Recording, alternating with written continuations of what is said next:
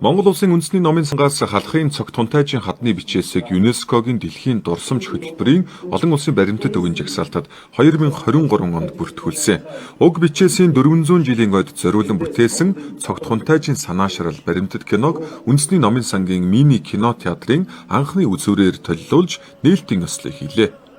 Хуучин номын сангийн байр буюу судар бичиг агуулсан тэр байр байшингаа дэлхийн Монгол судлалын төв номын сан болгох зорилготой. Тэгэхээр манай Монгол улсын үндэсний номын сангийн хадгалагдаж байдаг үнэт ховор судрууд, за мөн одоо Монгол бичгийн судрууд болоод түүхэн судлагдхууныг эдийн засгийн эргэлтэнд болон эрдэм шинжилгээний эргэлтэнд оруулахын тулд Монгол улсын үндэсний номын сан өөрөө л одоо зам гаргаж явах ёстой гэдэг ийм бодлого баримталж байдгийн. Тийм учраас бид нар халахын 4 хаанаас ихтэй угийн бичгийг болон цогт хунтайжийн хадны бичээсийг ЮНЕСКОгийн дэлхийн дурсамж хүн төрөлхтний соёлын өвөөр бүртгүүлсэн байгаа.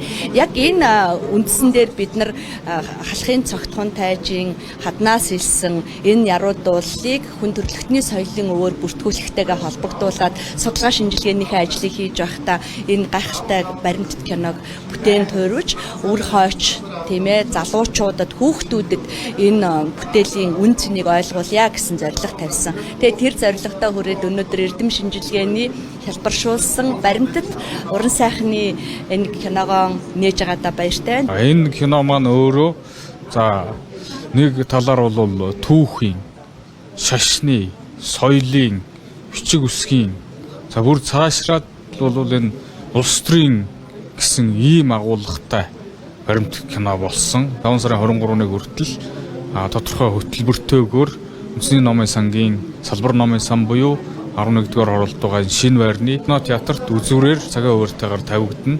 Үзэгч олон болоод уншигч та бүхнийг энэ манай номын сангаас бүтээсэн цогт хунтайжийн санаашрал нэртэй баримтат киног үлдсэн ирж үзхийг урьж байна энэ завшаанд.